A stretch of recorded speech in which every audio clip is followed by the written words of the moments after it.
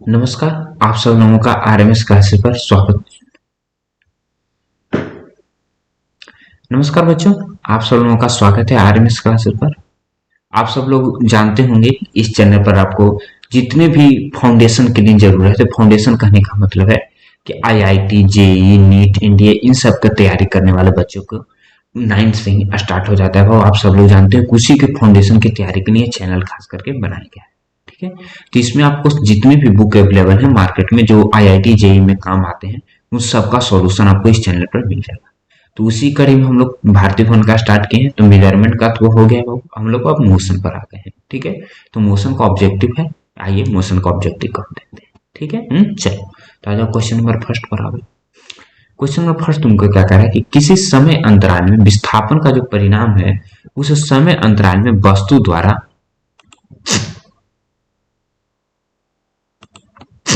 उस समय अंतराल में वस्तु द्वारा चार ऑप्शन है, कौन सही होगा। ठीक है, तो, तो तुम सब लोग जानते हो बाबू कि वस्तु में जो विस्थापन होता है या दूरी होता है वो क्या होता है। दूरी हम किसको कहते हैं बाबू? दूरी कहते हैं जो एक्चुअल पाथ में जितने भी लेंथ हमने तय किया उसी को हम क्या कहते हैं, दूरी कहते हैं। और विस्थापन क्या हो जाता है, यानी डिस्प्लेसमेंट जो है शॉर्टेस्ट डिस्टेंस यानी दो पॉइंट के बीच, यानी प्रारंभिक बिंदु और अंतिम बिंदु, यानी स्टार्ट जहां से और फिनिश जहां पर है, उन दोनों के बीच में जो शॉर्टेस्ट डिस्टेंस हो जाएगा, यानी जो न्यूनतम दूरी हो जाती है, उसी को हम क्या कहते हैं, विस्थापन कहते हैं। ओके, तो वहां से एक बात हम लोग क्या सीखते हैं कि जो दूरी है जो कभी कभी हमेशा क्या होता है, वो विस्थापन से या तो बराबर होगा या तो विस्थापन से क्या होगा, बड़ा होगा। विस्थापन से दूरी छोटा नहीं हो सकती है। ठीक है, हम लोग बहुत सारे एग्जाम्पल के थ्रू समझे हैं। जैसे नहीं तो फिर से हम देख लीजिए, यदि हम बॉडी बना लें तो आगे ही हम लोग दूरी और विस्थापन को थोड़ा सा समझ लेते हैं पॉइंट वाइज। तो हल्का सा देख लो, यहाँ पर मान लेते कि दूरी हो जाता है। ठीक है, और सॉरी, यदि हम इस लाइन पर यदि निकालना चाहें, मान लेते हैं कि पॉइंट ए हो गया, ये पॉइंट बी हो गया। ठीक है, तो ए से चल रहा है, कहां तक जा रहा है, बी तक जा रहा है। यदि ए से बी के बीच की दूरी हम मान लें कि 5 मीटर है, तो इस पॉइंट पर क्या हो जाएगा, दूरी क्या हो जाएगा 5 मीटर, और विस्थापन भी क्या हो जाएगा 5 मीटर। ठीक है, और यदि इसी को हम चेंज कर दे क्वेश्चन को थोड़ा सा, यदि हम ऐसा पॉइंट बना देते हैं, अब ए हो गया, ये बी हो गया, तो दूरी क्या हो जाएगा, ये जो पूरा जो घूम के जा रहा है पूरा हो जाएगा दूरी। तो मान लें कि पूरा घूम के जाने में इसका कितना लगा है, 50 मीटर का, और इस पॉइंट से इस पॉइंट तक जाने में क्या मान ले लेते हैं कि 15 मीटर का लग रहा है। तो क्योंकि विस्थापन क्या हो जाएगा, ए से बी के बीच की दूरी है ना, यही इसका विस्थापन है, और दूरी क्या हो जाएगा, पूरा जो घूम के आया। क्योंकि विस्थापन क्या होता है, प्रारंभ जो जहां जिस बिंदु से कर रहा है और अंत जहां पर हो रहा है, उन दोनों के बीच में जो भी छोटी दूरी होगी उसी को हम क्या करते हैं, विस्थापन करते हैं। ठीक है, चलो तो इसमें क्या है, हमने क्या सीखा कि जो दूरी जो है हमेशा विस्थापन की क्या हो सकती है, या तो बराबर होगी या तो क्या होगा, बड़ा होगा, छोटा कभी नहीं हो सकता। तो क्या कर रहा है, हमेशा बराबर, तो हमेशा बराबर थोड़े रहता है बाबू। कोई इस केस में देखो ना, बड़ा हो गया। तय की गई दूरी से अधिक होता है, अधिक सब केस में तो ना होता है बाबू, दूरी से तो अधिक संभव है नहीं कि विस्थापन हो जाएगा, तो कट जाएगा। तय की गई दूरी से हमेशा कम होता है, हमेशा तो कम नहीं होता। देखो तो इस पॉइंट पर बराबर आ रहा है, इस पॉइंट पर कट हो गया, तो तय की गई दूरी से कम हो सकता है, हाँ कम हो सकता है। जैसे देखो इस पॉइंट में क्या है, कम है। ठीक है, ये संभावना कर रहा है, डिटो 100% नहीं करे, सिर्फ संभावना। ओके, चलो नेक्स्ट आता क्वेश्चन नंबर सेकंड। तुमको क्या करा है, 36 किलोमीटर पर आवर की चाल से चल रही कार एक सेकंड में कितनी दूरी तय करेगी। ओके, चलो तो जानते हैं कि हमने दूरी का दो फॉर्मूला पढ़ा है। क्या पढ़ा है, यदि एक अधिक त्वरण यूज हो रहा है, तो त्वरण यूज हो रहा है तो आप ये सारे फॉर्मूला से बना सकते हैं। एस बराबर U T plus half A T square, V square बराबर U square plus 2a S से। और यदि एक्सेलरेशन तुमको नहीं दे दिया है तो सिंपल तुम एस बराबर क्या यूज कर सकते हो, वी टी, यानी दूरी बराबर क्या हम यूज कर सकते हैं, चाल गुना समय। ठीक है, तो यहाँ पर चाल कितना है, 36 किलोमीटर पर आवर है, और समय कितना, 1 सेकंड है ना। तो समय और चाल यानी न्यूमेरिकल बनाते समय एक बात का ख्याल रखते हैं कि जो यूनिट है उसको हम क्या रखते हैं, एक ही समान में रखते हैं। यदि ऐसा यूनिट में यानी किलोमीटर के पर आवर के टर्म में है तो सबको हम किलोमीटर के पर आवर के टर्म में, यानी जो समय का आवर होता है तो समय का आवर के रूप में ही रखेंगे। तो सेकंड है तो इसको हम किस में चेंज करना पड़ा, आवर में। तो आवर में चेंज करने के क्या पड़ता है, 60 गुना 60 से भाग कर दे देंगे। ठीक है, चलो तो यहाँ पर देख लो 6 6 36 कर देगा, पूरा कर देगा, और नीचे क्या बचेगा, 100 ना, यानी 1/100 हो जाएगा। ठीक है, 1/100 क्या आ गया, किलोमीटर ना, किलोमीटर दूरी था। यदि इसी को हम मीटर में चेंज कर दें तो मीटर में चेंज कर दोगे तो क्या हो जाएगा, किलोमीटर को मीटर में चेंज करने क्या करना पड़ रहा है, 1000 से गुना ना, तो 1000/100 हो गया ना, यानी क्या हो जाएगा 10 मीटर। यानी ऑप्शन नंबर तुमको क्या हो जाएगा, ओके। चलो नेक्स्ट आ जाओ। क्वेश्चन नंबर 3 में तुमको क्या कह रहा है कि यदि किसी वस्तु द्वारा तय की गई दूरी समय के अनुक्रमानुपाती हो, ठीक है, यानी समानुपाती है, तो हम कह सकते हैं कि वस्तु का वेग क्या कह रहा है कि तय की गई जो दूरी है क्या है, समय के अनुक्रमानुपाती है, ठीक है। तो दूरी मान लेते हैं कि एस जो है जो क्या है, समय के अनुक्रमानुपाती है। यदि यानी डिस्टेंस बढ़ेगा कब, जब समय बढ़ेगा, ठीक है। जैसे ही समय बढ़ेगा तो क्या होगा, दूरी भी बढ़ेगा, और दूरी बढ़ेगा तो क्या होगा, समय। यही तुमको अनुक्रमानुपात यानी समानुपात का नियम होता है। तो क्या कहना कि वस्तु का वेग क्या है, 0। यदि वस्तु का वेग 0 होता तो वह मूव ही नहीं करता बाबू, ठीक है। यदि वस्तु का वेग ही 0 है तो रेस्ट में न रहता, तो फिर तो दूरी बढ़ना ही नहीं चाहिए, यानी ये ऑप्शन क्या हो जाना चाहिए, कट हो जाना चाहिए। नेक्स्ट पर आ जाओ। क्या कर रहा है कि वस्तु एक समान चाल से चल रही है, ठीक है। तो वस्तु एक समान यानी कोई एक चाल से चल रही है, तो उसका क्या होगा, समय के समानुपाती है। हो सकता है इसको हमें भी रखते हैं, बाकी ऑप्शन देखते हैं, उसके बाद हम सेट करेंगे। तो वस्तु का त्वरण जो है अचर है। अब दो ऑप्शन आकर टकरा गया, वस्तु का वेग एक समान। अब ये तीन में से कौन ऑप्शन हो जाएगा सबसे 100%, तो हम देख लेते हैं। तो यहाँ पर तुमको क्या करा है कि समय के सिर्फ अनुक्रमानुपाती है, ठीक है। तो समय और दूरी के बीच में जो रिश्ता है क्या है, सिर्फ अनुक्रमानुपाती का है, ठीक है। यानी समय बढ़ेगा तो क्या बढ़ना चाहिए, दूरी भी बढ़ना चाहिए, और दूरी बढ़ना चाहिए तो समय भी बढ़ना चाहिए। तो हम त्वरण में आ जाते हैं बाबू, ठीक है। तो त्वरण में क्या हो जाता है, यदि किसी वस्तु में यदि त्वरण उत्पन्न हो रहा है, इसका मतलब क्या है, उसका जो हम दूरी निकालते हैं, तो दूरी निकालने का फॉर्मूला क्या हो जाता है, एस बराबर UT plus half eighty square से ना। एस जो है जो किसके समानुपाती हो जाएगा, टी के, कि टी स्क्वायर के ना है। तो यहाँ पर तुमको सिर्फ क्या कर है, सिर्फ टी का नजर है, तो इसलिए ये ऑप्शन तो तुमको नहीं होना चाहिए, यानी वस्तु में त्वरण नहीं होना चाहिए। कांस्टेंट है अनकांस्टेंट है, वस्तु में त्वरण ही नहीं चाहिए, ठीक है। यानी ये ऑप्शन तुमको कट गया। डी पर आ जाते हैं, आखिर की वस्तु का वेग एक समान है, ठीक है। तो यदि वस्तु का वेग एक समान है या वस्तु एक समान चाल से चल रही है, ठीक है। यदि वस्तु में वेग एक समान है तो इसका मतलब क्या है, उसका त्वरण 0 है, ठीक है। तो उस केस में तो सही हो जाएगा। मगर हमने त्वरण विदाउट त्वरण का एक फॉर्मूला पढ़ा क्या है, दूरी बराबर चाल गुना समय, ठीक है। नॉट विस्थापन बराबर वेग गुना समय, ओके। चलो, तो इसलिए बी और डी में डी भी गलत नहीं हो जाएगा, और बी जो है 100% परफेक्ट हो जा रहा है, ठीक है। तो इसलिए इसका भी क्या हो जाएगा, बी हो जाएगा, ओके बाबू। चलो नेक्स्ट पर जाओ। क्वेश्चन नंबर 4 क्या कह रहा है कि यदि किसी वस्तु द्वारा तय की गई दूरी समय के स्क्वायर यानी समय के वर्ग के समानुपाती हो, तो हम कह सकते हैं। यहीं पर देखो अभी आ गया, तो इसका क्या हो जाएगा बाबू, वस्तु का त्वरण क्या होना चाहिए, अचर होना चाहिए। अभी हम देख लिए थे, समझ गए हैं। इसका क्या हो जाएगा, वस्तु का त्वरण अचर, और कुछ हमको देखना ही नहीं। नेक्स्ट आ जाओ। क्वेश्चन नंबर 5 क्या कर रहा है कि एक सरल रेखा में 20 मीटर पर सेकंड की चाल से गतिशील किसी वस्तु का त्वरण 4 मीटर पर सेकंड स्क्वायर हो, तो 2 सेकंड के बाद उसकी चाल क्या होगी, ठीक है। तो चाल निकालने का फॉर्मूला क्या हो जाएगा, v बराबर क्या होता है, u प्लस एटी ना, ठीक है। चलो, क्योंकि इसमें त्वरण दे दिया है तो v ने निकालना है। तो 20 मीटर पर सेकंड की चाल है, यानी इसका u क्या है, कितना से चल रहा है, 20 मीटर पर सेकंड से ना, तो 20 मीटर पर सेकंड। त्वरण जो है ये कितना है, 4 मीटर पर सेकंड स्क्वायर ना, 4 मीटर पर सेकंड। और टाइम तुमको कितना दे दिया है, 2 सेकंड। तो v बराबर u प्लस एटी कर लो, तो u कितना हो गया, 20 प्लस 1 कितना हो गया, 4 ना। टाइम कितना है, 2 ना। सबका यूनिट मीटर पर सेकंड में, यानी ऐसा यूनिट में है या सब सेकंड में। तो 20 प्लस 4 दूनी 8 ना, तो v बराबर क्या हो जाएगा, 28 मीटर पर सेकंड। 28 है ऑप्शन नंबर डी में, तो ऑप्शन नंबर डी होगा, ओके। क्वेश्चन नंबर 6 पर आ जाओ। क्वेश्चन नंबर 6 तुमको क्या कर रहा है कि किसी कार की जो चाल है,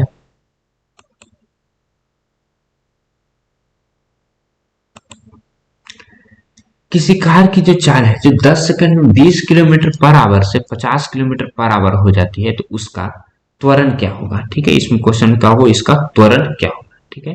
ये सब स्क्वायर में है, 30 मीटर पर सेकंड स्क्वायर, 3 मीटर पर सेकंड स्क्वायर, 18 मीटर पर सेकंड स्क्वायर, 0.83 मीटर पर सेकंड। तो यहाँ पर देखो ना क्या हो रहा है उसका, 10 सेकंड में उसका जो वेग है 20 किलोमीटर से क्या हो रहा है 50 किलोमीटर, यानी स्टार्ट कितना से हो रहा है 10 kilometre per hour, 10 kilometre per hour. अब फिनिश कहाँ पर हो रहा है 50 किलोमीटर पर आवर ना, 50 किलोमीटर पर आवर। और टाइम तुमको दे दिया कितना 10 सेकंड है, 10 सेकंड। यहाँ पर देखो ना सारा ऑप्शन क्या है मीटर पर सेकंड स्क्वायर में है, तो मीटर पर सेकंड स्क्वायर में यानी हम क्या करना पड़ेगा किलोमीटर पर आवर को किस में चेंज करना पड़ेगा मीटर पर सेकंड। ठीक है, तो 10 गुना मीटर पर सेकंड में चेंज करने क्या करना पड़ता है 5/18 से गुना करते हैं। ठीक है, तो 2 पचे 10 और 2 पचे 9 यानी 25/9 मीटर पर सेकंड। ओके, आई 50 का है तो 50 गुना 5/18 कर दो। ठीक है, देखो 25 है और 9 सॉरी दोनों में 18, 25 25 का हो जाएगा 125 में, तो 125/9 मीटर पर सेकंड। ठीक है, तो ए ने तुमसे पूछ रहा है तो ए बराबर क्या होता है फॉर्मूला v माइनस यू बटा 3। v कितना हो गया 125/9, यू कितना हो गया 25/9। ठीक है, और तुमको टाइम दे दिया है ना, तो टाइम कितना हो गया 10 सेकंड है, 10 सेकंड। तो 9 के एलसीएम क्या हो जाएगा 9 हो जाएगा 125 माइनस 25, 9 गुना 10 कर दो क्योंकि 10 इसी के साथ में हो जाएगा। चलो, तो 125 माइनस 25 करोगे तो क्या हो जाएगा 100/9 ना, 100/9 मीटर पर सेकंड स्क्वायर। 100/9 नहीं बाबू 100/90, 9 गुना 10 ना, तो 100/90। ठीक है, चलो, तो 100/90 कहने का मतलब लगभग क्या हो जाएगा 1 पॉइंट समथिंग।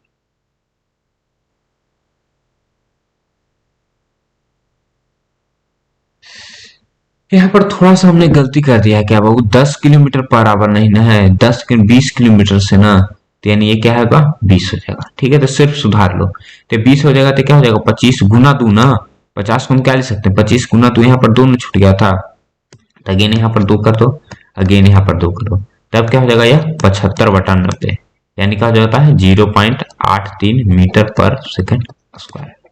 ओके, थोड़ा सा गलती।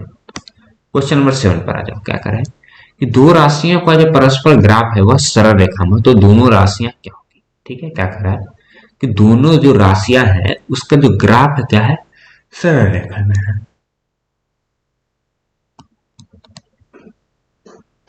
ठीक है, एक हम ग्राफ ले लिए, कौन ले ले दूरी समय ग्राफ ले लो, कोई भी ग्राफ ले सकते।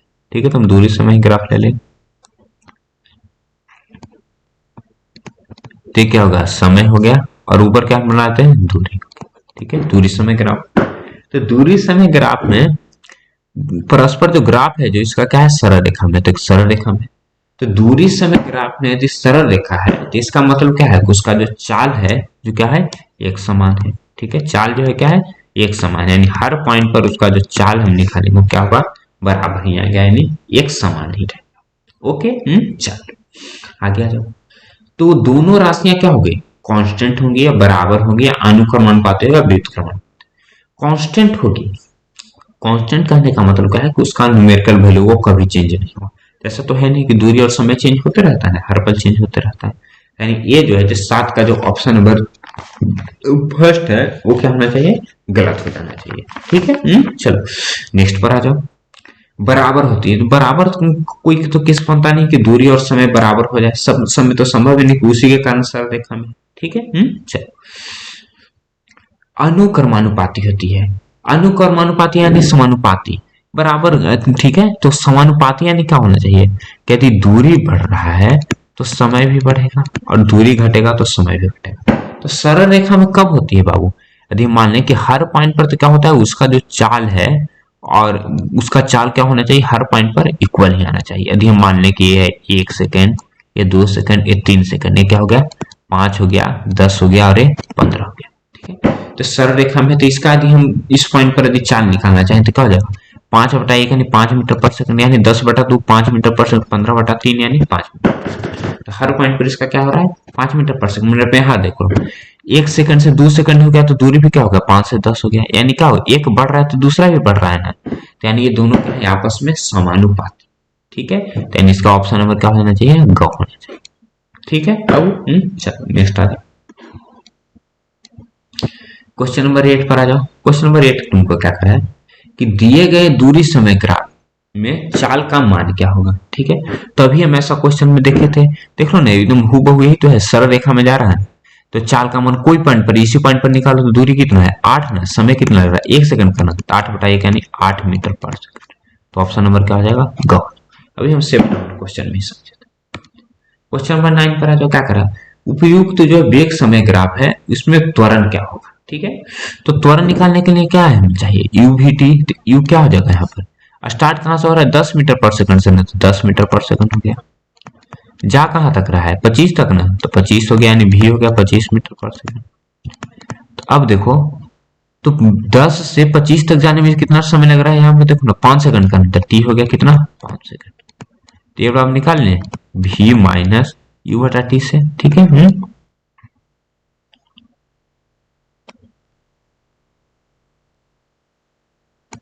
v माइनस यू बटा टी। v कितना हो गया 25, यू कितना हो गया 10, टाइम कितना है 5, तो 25 माइनस 10 यानी 15 ना, तो 15/5 हो जाएगा। ठीक है, चलो 15/5 यानी काट दोगे तो क्या हो जाएगा 3 मीटर पर सेकंड स्क्वायर का त्वरण उत्पन्न करेगा। 3 मीटर पर सेकंड स्क्वायर, ऑप्शन नंबर ख। नेक्स्ट क्वेश्चन है क्वेश्चन नंबर 10। क्वेश्चन नंबर 10 में तुमको क्या करा है कि दिए गए वेग समय ग्राफ में जो चित्र है उसके अनुसार वस्तु द्वारा पहले 4 सेकंड में तय की गई दूरी।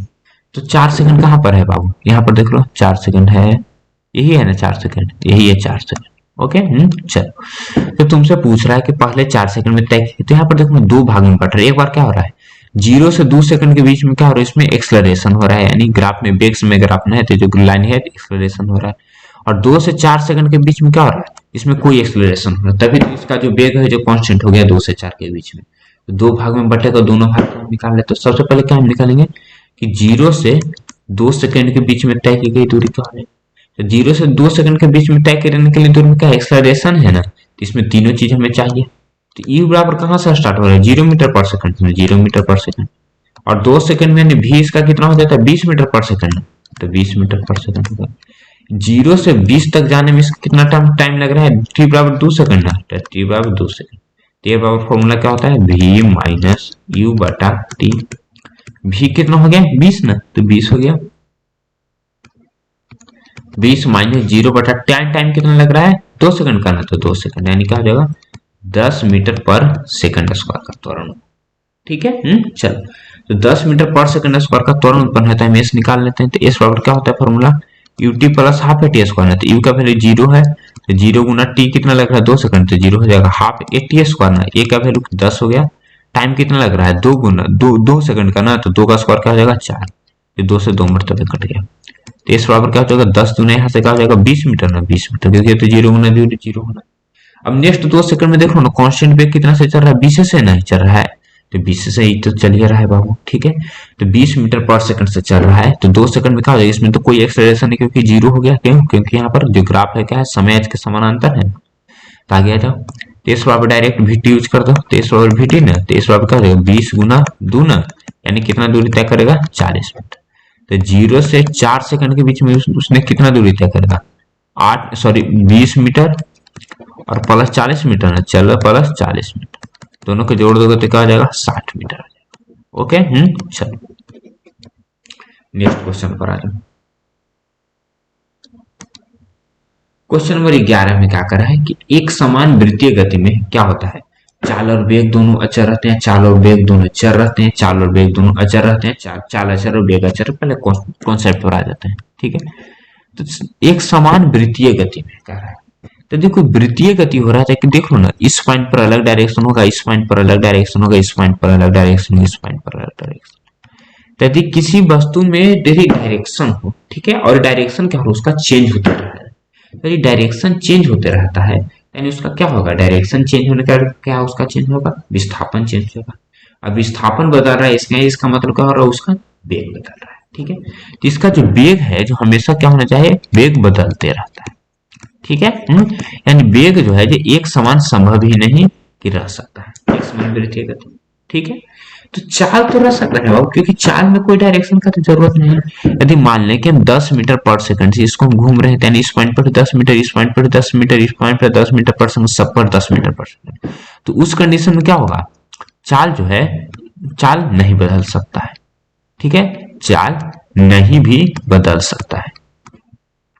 ठीक है, चाल जो है नहीं भी बदल सकता है। हम बदल सकते हैं, ऐसा बात नहीं है यहाँ पर 10 मीटर पर सेकंड, यहाँ पर मान लेते हैं 15 मीटर पर सेकंड, ऐसा हो सकता है, मगर नहीं भी बदल सकता है, ऐसा पॉसिबिलिटी है। हम अगर वेग में क्या होगा, उसको बदलना ही बदल। ठीक है, ये तो कॉन्सेप्ट हो गया। तो यानी क्या होगा, चाल और जो वेग है, जो दोनों क्या होगा, अचर हो जाएगा।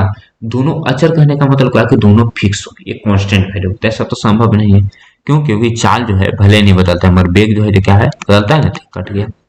सेकंड ऑप्शन क्या है कि चाल और वेग दोनों चर रहते हैं, तो चर भी तो नहीं रहता है ना बाबू। जो चाल है जो हमेशा नहीं बदलता है।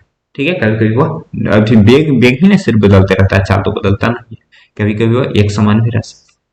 चाल चर और वेग अचर है। ठीक है, चाल क्या है, बदलने वाला, तो चाल नहीं ना बदलता है, तो यानी ऑप्शन नंबर ए भी क्या हो जाएगा, गलत ही हो जाएगा। ठीक है, यहाँ पर क्या है, चाल अचर और वेग चर, यानी वेग बदल रहा है, चाल नहीं बदल रहा है, तो यही ऑप्शन में करेक्ट हो जाएगा।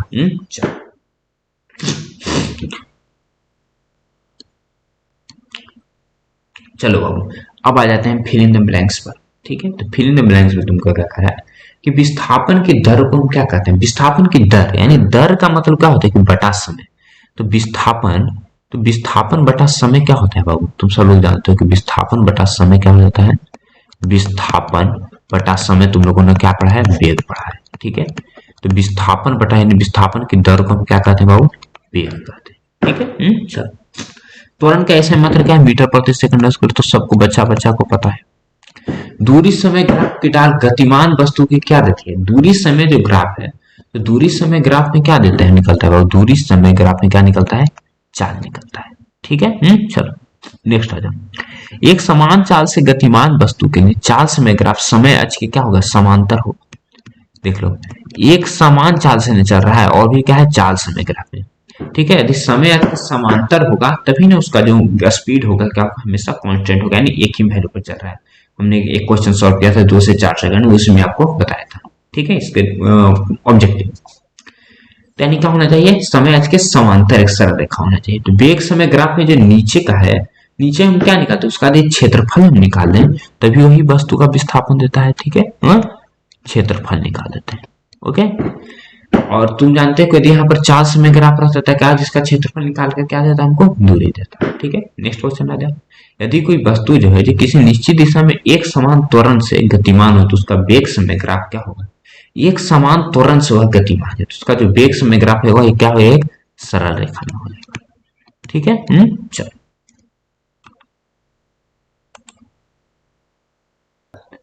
क्वेश्चन नंबर फर्स्ट तुमको क्या करा है कि आवर्त गति किसे कहते हैं। ठीक है बाबू, तो आवर्त गति किसे कहते हैं,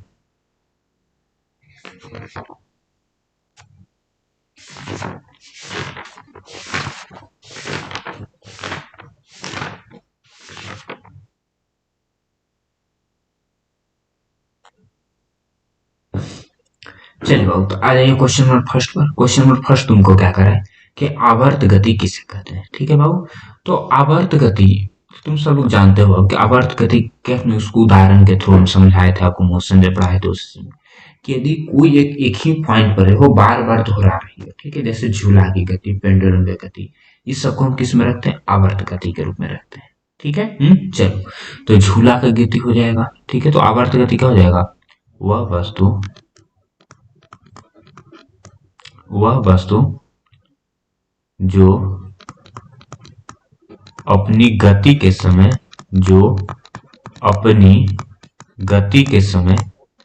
एक ही स्थान को बार बार दोहराती है, एक ही स्थान को बार बार दोहराती हो। ठीक है, बार बार दोहराती हो, उसे हम क्या कहते हैं बाबू, उसे हम क्या कहते हैं, आवर्त गति कहते हैं, उसे हम क्या कहते हैं, आवर्त गति कहा जाता है। ओके, चलो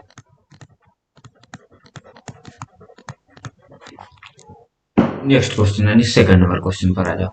सेकंड नंबर क्वेश्चन क्या कह रहा है कि जब एक उपग्रह वृत्तीय पथ पर एक चक्कर पूरा करता है तो उसका विस्थापन क्या होता है। ठीक है बाबू, तो तुम सब लोग जानते हो बाबू कि वृत्तीय पथ पर एक चक्कर पूरा करा है ना, तो यानी क्या मतलब बन रहा है कि इस पॉइंट से स्टार्ट किया और इसी पॉइंट पर आकर फिनिश किया, यानी इस पॉइंट से स्टार्ट कर रहा है और इसी पर आकर एक फिनिश कर रहा है, एक चक्कर पूरा तभी होगा। ठीक है, चलो।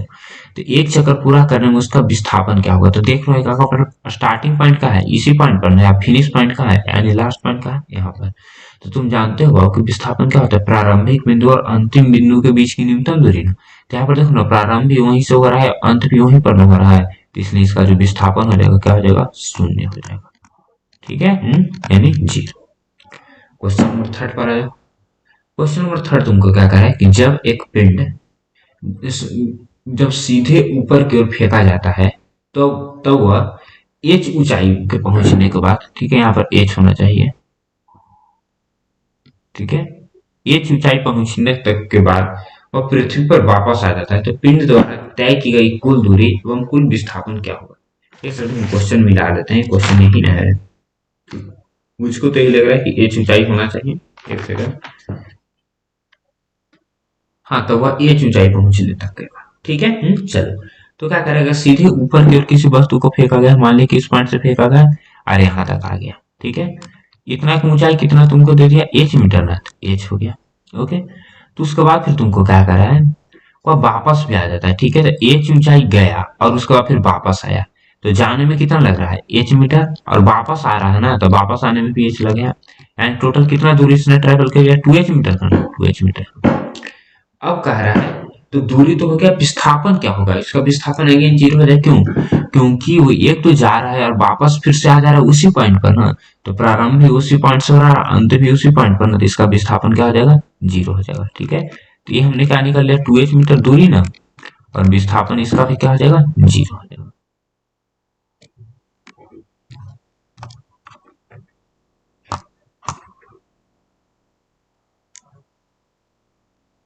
इसका भी विस्थापन क्या हो जाएगा, जीरो हो जाएगा।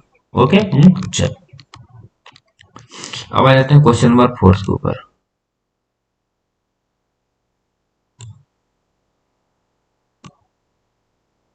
क्वेश्चन नंबर 4 तुमको क्या कह रहा है कि सीधी सड़क पर एक गतिमान बस 7 बजे प्रातः मूल बिंदु के रूप में स्टेशन से 3 किलोमीटर की दूरी पर थी और 7:15 में 5 किलोमीटर की दूरी पर थी।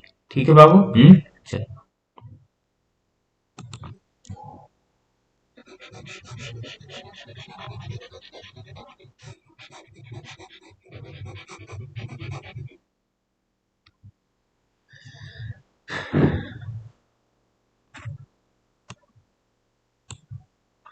चलो नेक्स्ट क्वेश्चन आ जाओ। क्वेश्चन नंबर 4 पर क्या कह रहा है कि सीधी सड़क पर एक गतिमान बस 7 बजे प्रातः मूल बिंदु के रूप में स्टेशन से 3 किलोमीटर की दूरी पर थी। ठीक है, और 7:15 में -5 किलोमीटर की दूरी पर थी। ठीक है, 7:15 में कहां पर था, -5 किलोमीटर की दूरी पर थी। तो उसका क्या क्या पूछा है कि उसका विस्थापन क्या होगा। ठीक है, उसका विस्थापन क्या होगा, तो मूल बिंदु को नहीं मान रहा है बाबू, चलो, तो मूल बिंदु को ही मान कर करते हैं।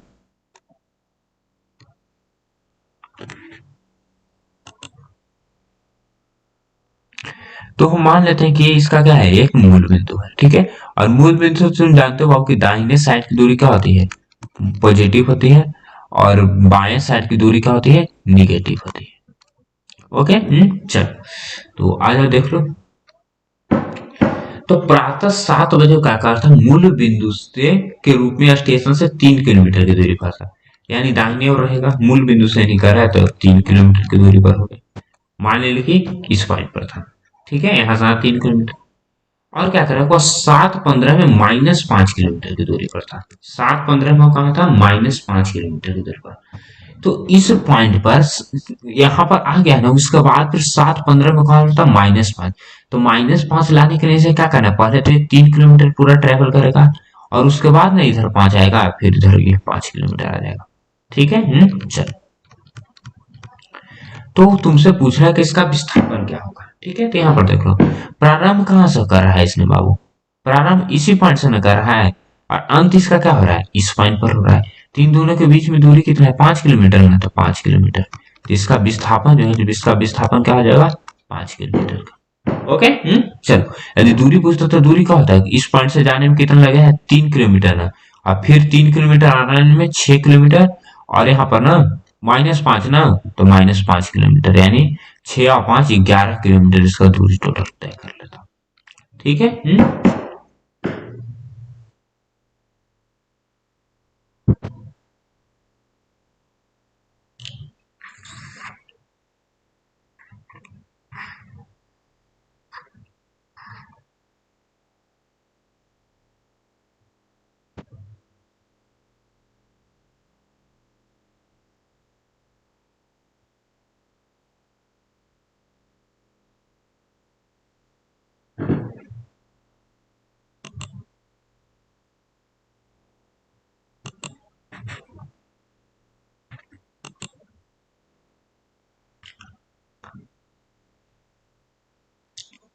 अब आ जाइए क्वेश्चन नंबर 5 के ऊपर। क्वेश्चन नंबर 5 तुमको क्या करना है कि कोई वस्तु r त्रिज्या के एक वृत्त पर चलती है और अपने प्रस्थान बिंदु के व्यास के सम्मुख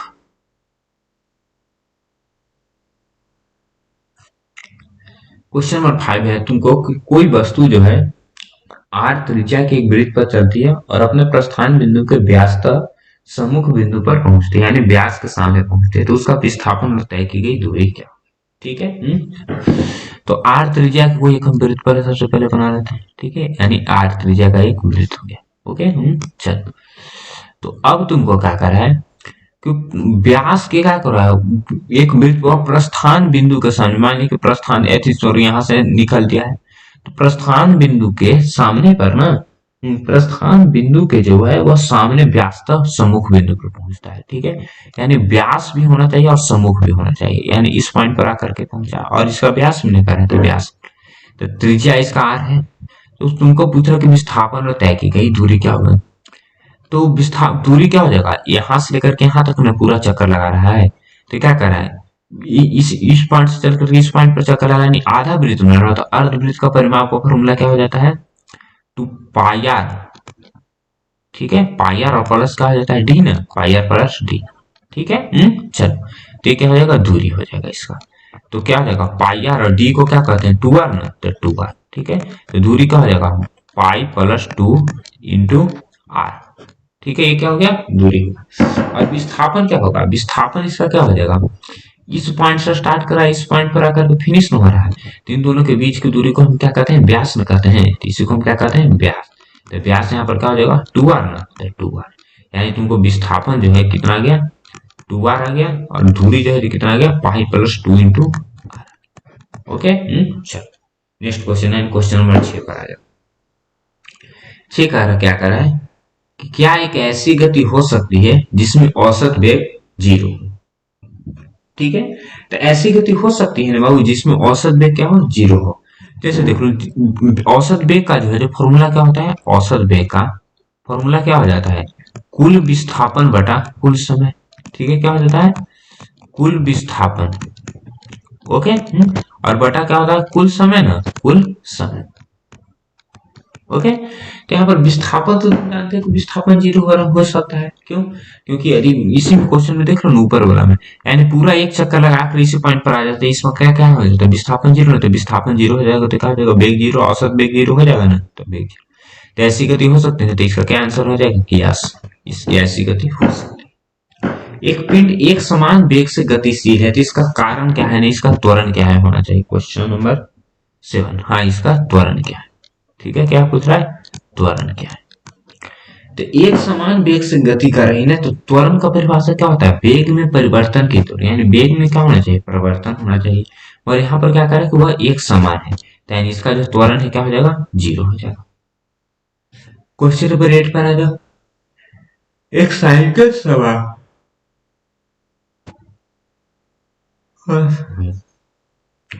एक साइकिल सवार का वेग समय ग्राफ समय अक्ष के समांतर। ठीक है, जो वेग समय जो ग्राफ है क्या होना चाहिए, समय अक्ष के समानांतर है। ठीक है, तो सपोज कर लो कि एक है वेग समय ग्राफ, तो नीचे समय न रहता है, समय हो गया, और ऊपर वेग न रहता है, ऊपर वेग, तो वेग समय ग्राफ से क्या निकलता है, त्वरण निकलता है। तो क्या कर रहा है कि समय अक्ष के एक समानांतर हमने एक रेखा खींच दिया है। ठीक है, तो इस गति में सवार का त्वरण क्या होता है, समय अक्ष के समानांतर खींचते हैं, यानी इसका इस पॉइंट पर वेग क्या हो जाएगा, यदि मान लें कि यहाँ पर 10 होता है, तो इस पॉइंट पर भी 10 होगा, इस पॉइंट पर भी 10 होगा, तो यानी स्टार्ट में भी 10 और फिनिश होते समय भी 10 है ना, तो इसका त्वरण तब क्या हो जाएगा, 0। ठीक है। नेक्स्ट क्वेश्चन पर आ जाओ। एक पिंड के वेग समय ग्राफ से उसको तय किया गया।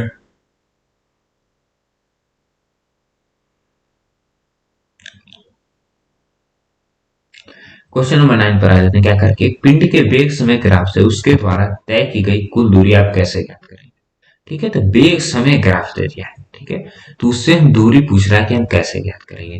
तो एक तो आसान हो जाएगा, हम सबसे पहले क्या निकालेंगे, वेग समय। तो इसके लिए सबसे पहले हम क्या निकालेंगे, इसका जो ग्राफ बनेगा तो ग्राफ का हम एरिया निकाल लेंगे।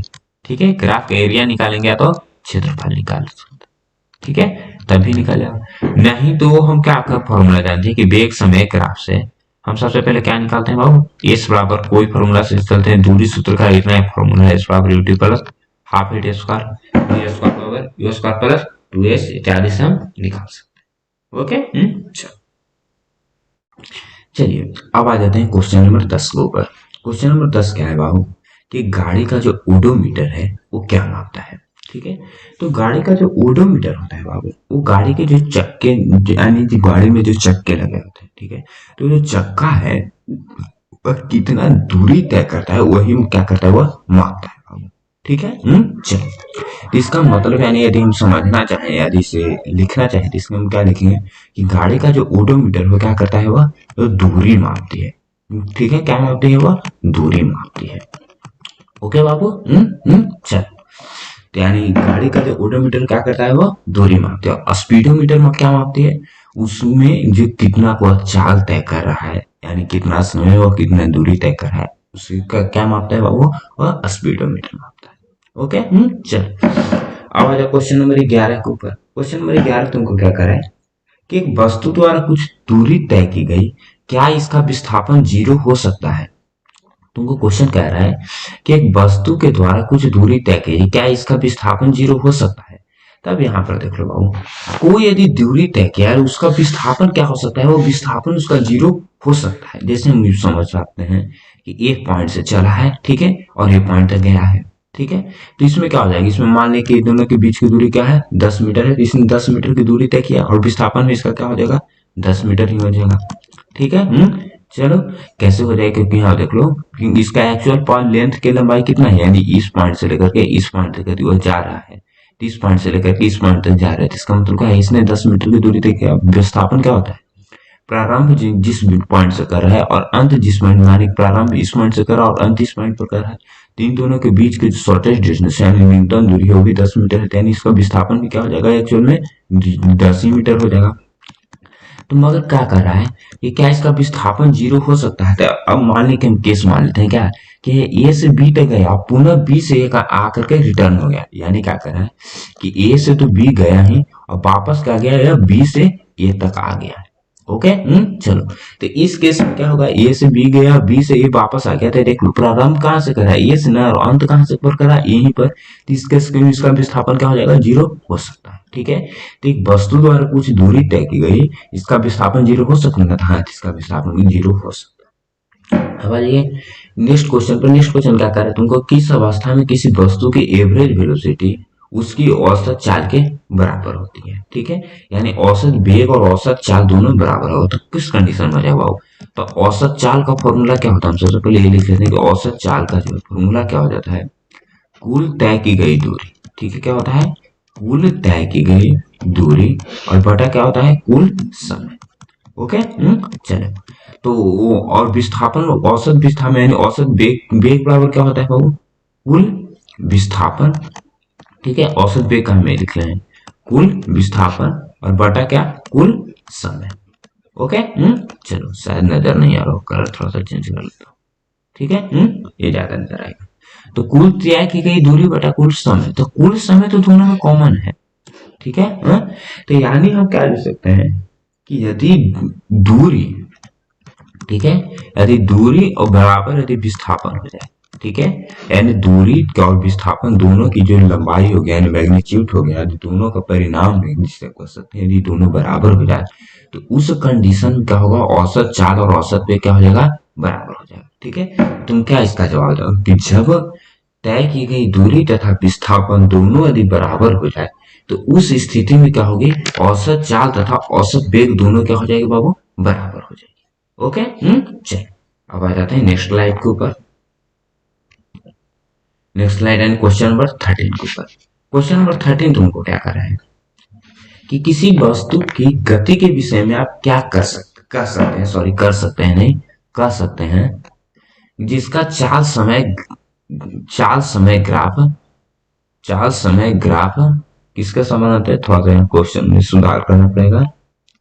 क्वेश्चन नंबर 13, हाँ क्वेश्चन नंबर 13, गति के विषय में जिसका चाल समय ग्राफ समय अक्ष के समानांतर है। ठीक है, समय यहाँ पर आज नहीं, समय अक्ष के समानांतर एक सरल रेखा है। ठीक है, क्या कर रहा है कि मान लें कि एक ग्राफ है। ठीक है, चाल समय ग्राफ न करे तो फिर चाल समय का यानी स्पीड हो गया, ये टाइम हो गया। अब क्या कर रहा है कि समय अक्ष के जो उसका ग्राफ है वह क्या है, समानांतर है। ठीक है, तो समय अक्ष तो टी है कहीं, इसके समानांतर एक ग्राफ खींचिए। तो इस वस्तु के गति के विषय में क्या कहोगे, तो यानी समय अक्ष के समानांतर यानी क्या होगा, इसका जो स्पीड है हर पॉइंट पर क्या आ रहा है बाबू, इक्वल आ रहा है। यहाँ पर देख लो हर पॉइंट पर इसका जो है स्पीड है क्या, इक्वल है। मान लीजिए यहाँ पर यदि 10 मीटर पर सेकंड से है तो हर समय उसका क्या है, स्पीड क्या है, 10 मीटर पर सेकंड है। तो क्या कर रहा है, तो उस वस्तु की गति के यानी वस्तु गति में होगा ना, क्योंकि उसमें हर पॉइंट पर वेग तो है ना 10 मीटर पर सेकंड, 10 मीटर पर सेकंड का वेग है, सॉरी चाल है। तो यानी क्या है, हर पॉइंट पर यदि उसका चाल 10 मीटर पर सेकंड है। ठीक है, तो यदि हम मान लेते हैं कि अगला 2 सेकंड में, तो उसका दूरी कितना तय कर लेगा, दूरी का क्या होता है, समय गुना चाल, यानी 10 गुना क्या हो जाएगा, 20 मीटर। अगला यदि हम 3 सेकंड में निकालेंगे तो क्या हो जाएगा, 30 मीटर। यानी क्या हुआ, वह दूरी तो तय कर रहा है ना, यानी क्या वह वस्तु मूव कर रहा है, मगर किस गति में मूव कर रहा है। यदि जानते हो कि यदि हर पॉइंट पर यदि उसका चाल बराबर है तो उस चाल को हम क्या कहते हैं बाबू, एक समान चाल कहते हैं। ठीक है, तो एक समान चाल या एक समान वेग आ रहा है तो उसमें त्वरण क्या होता है बाबू, जीरो होता है। क्योंकि तुम त्वरण जानते हो क्या होता है, किसी वस्तु में चाल या वेग में, यानी मेनली वेग में परिवर्तन की दर होता है। तो वेग चेंज नहीं हो रहा है या चाल चेंज नहीं हो रहा है तो उसमें त्वरण नहीं होगा। तो इसे हम क्या कर सकते हैं, किसी वस्तु के यदि गति के विषय में तुम पूछ रहे हो तो इसमें हम क्या कहेंगे, वह जो वस्तु है किससे चल रहा है, एक समान चाल से चल रहा है, नहीं तो वो भी हम कर रहे हैं वह वस्तु जो है वह जीरो त्वरण से चल रहा है। ठीक है, यानी वो जो वस्तु है क्या कर रहा है, बिना त्वरण की गति से मूव कर रहा है। ठीक है, तो एक आंसर हो जाएगा तुमको कि वह एक समान चाल से चल रहा है, दूसरा क्या जाएगा, जीरो त्वरण से चल रहा है। ओके, चलो अब आ जाओ क्वेश्चन नंबर 14 के ऊपर।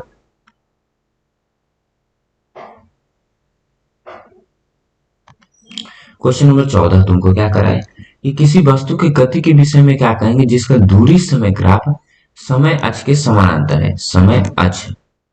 ठीक है, इसमें क्या करें कि इसमें भी दूरी समय ग्राफ है, तो यानी ये डिस्टेंस हो गया, ये टाइम हो गया। अब इसमें भी समय अक्ष के समानांतर, समय अक्ष के समानांतर लेंगे तो हम मान लेते हैं कि इस पॉइंट पर क्या है, 10 मीटर का है। ठीक है, तो हर पॉइंट पर क्या रहेगा, 10 मीटर का नहीं दूरी रहेगा, 10 मीटर 10 मीटर, यानी हर पॉइंट पर वह 10 ही मीटर पर, यानी वो वस्तु क्या कर रहा है, मूव नहीं कर रहा है। इसमें तो उसका चाल क्या हो गया, जीरो हो गया, क्योंकि हर पॉइंट पर उसका दूरी क्या है, 10 मीटर, यानी क्या है, हम विराम की अवस्था में। तो गति नहीं ना कर रहा है, यानी वस्तु जो क्या है, किस अवस्था में है, विराम की अवस्था में है, वह गति की अवस्था में नहीं है। ओके, चल क्वेश्चन नंबर 15 के ऊपर, किसी वस्तु के एक समान एवं असमान गति के लिए, ठीक है, एक समान एवं असमान गति के लिए समय दूरी ग्राफ, ग्रह नहीं, समय दूरी ग्राफ की जो प्रकृति है वह क्या होती है। ठीक है, तो असमान और एक समान गति। ठीक है, तो एक समान गति के लिए क्या हो जाएगा, तब यहां देख लो, तो एक समान गति के लिए कर रहे हैं, यानी हम ले लेते हैं क्या, दूरी समय ही ग्राफ ले लेते हैं, यानी ये डिस्टेंस हो गया, ये टाइम हो गया। ठीक है, तो ये वस्तु इस तरह से मूव कर रही है, यानी एक समान गति में, और एक क्या कर रहा है, असमान गति ना। ठीक हो गया, इसको हम डिस्टेंस ले लेते हैं और टाइम लेते हैं, असमान गति। ओके, तब यहाँ पर ध्यान दो, यदि वह एक समान गति में कर रहा है, तो एक समान गति में कहने का मतलब क्या है, उसके हर एक पॉइंट पर यानी बराबर समय अंतराल में वह बराबर दूरी तय कर रहा है। ठीक है, तो यदि वह बराबर समय अंतराल में यदि वह बराबर दूरी तय करेगा तो उसका जो ग्राफ है वह एक्चुअल में क्या बनेगा, सरल रेखा में बनेगा। इसको मैंने तुमको यदि मोशन चैप्टर पढ़ा रहा था उसी में मैंने तुमको बता दिया है, तो वहां पर जाकर के देख लो, ग्राफ का एक पूरा टॉपिक ही है, उसमें तुमको पूरा क्लियर करा दिया है कि एक समान गति क्या हो जाता है और असमान गति में उसका ग्राफ क्या होता है। ठीक है, चलो और असमान में क्या हो जाएगा, रखिए, यानी इसका मतलब क्या है कि उसका वेग जो है, सॉरी, इसका जो चाल जो है क्या हो रहा है, वो हर पॉइंट पर क्या हो रहा है, बदल रहा है। ठीक है, यानी बराबर समय अंतराल में वो बराबर दूरी नहीं तय कर रहा है, तो इसमें क्या हो जाएगा, यह हो गया असमान गति का। ठीक है, और ये हो गया किसका, एक समान गति का। ओके, नेक्स्ट आ जाओ। चलिए अब आ जाते हैं क्वेश्चन नंबर 16 के ऊपर। क्वेश्चन नंबर 16 में तुमको क्या करना है कि चाल समय ग्राफ की चार स्थितियां दे दी है, किस पूछ रहा है कि किसमें चाल नियत है, चाल घट रही है तो बढ़ रही है, चौथी स्थिति में क्या होता है। अब यहाँ पर देख लो बाबू, यहाँ पर क्या है, चाल समय ग्राफ है, तो मगर यहाँ पर पॉइंट क्या है तुमको आ रहा है कि ऊपर से नीचे आ रहा है। ठीक है, यहाँ पर क्या है, नीचे से ऊपर जा रहा है। यहाँ पर क्या है यार, समय अक्ष के समानांतर है, और यहाँ पर क्या है, ये बढ़ रहा है कभी घट रहा है। तो पॉइंट पर आता है, तो चाल कांस्टेंट किस में है बाबू, देख लो, चाल इसी पॉइंट पर है कांस्टेंट। देख लो तो हर समय क्या है, मान लीजिए यदि यहाँ पर यदि 5 मीटर पर सेकंड, यदि 5 यहाँ हो जाता तो हर पॉइंट पर क्या होता है, यहाँ पर 5 मीटर पर सेकंड, यहाँ पर 5 मीटर पर सेकंड, यहाँ पर 5 मीटर पर सेकंड, यहाँ पर 5 मीटर पर सेकंड। ठीक है, चलो, तो चाल नियत किस में है बाबू, थर्ड में ना है, इसमें क्या है, चाल जो है क्या है, कांस्टेंट है। ठीक है, कांस्टेंट का ही हिंदी क्या होता है, नियत होता है। ठीक है, तो जो फर्स्ट जो है, जो तुमको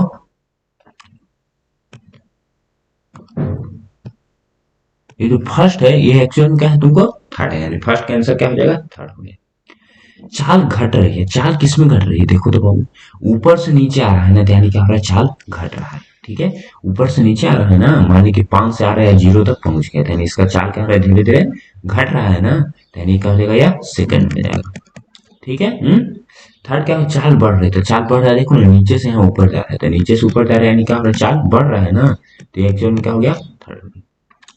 और चौथी स्थिति में क्या होता है, चौथी स्थिति में क्या होता है, एक पॉइंट से चाल क्या है, बढ़ता है, फिर क्या होता है, चाल स्थिर रहता है, और फिर चाल क्या होता है, घटता है। यानी क्या होता है कि पहले बढ़ता है, ठीक है, फिर क्या होता है, स्थिर रहता है, ठीक है, और उसके बाद क्या रहता है, स्थिर रहता है, और उसके बाद फिर क्या होता है, घटता है। ठीक है, तो तीनों केस हो रहा है क्वेश्चन नंबर 4। ठीक है बाबू, next question number, question number 17 तुमको क्या कर रहा है कि 7 मीटर त्रिज्या पर एक त्रिज्या के एक वृत्त पर कोई वस्तु 4 मीटर प्रति सेकंड की एक समान चाल से चलती है, तो एक चक्कर पूरा करने में उसे कितना समय लगेगा। ठीक है? तो यहाँ पर जो है, जो हमने क्या पढ़ा है, फॉर्मूला v बराबर क्या पढ़ा है, 2πr बटा t। ठीक है, तो यानी तुमको क्या पता है कि v का वैल्यू दे दिया है, कितना है, 4 मीटर पर सेकंड है, और टाइम तुमसे पूछ रहा है ना, टाइम पूछ रहा है।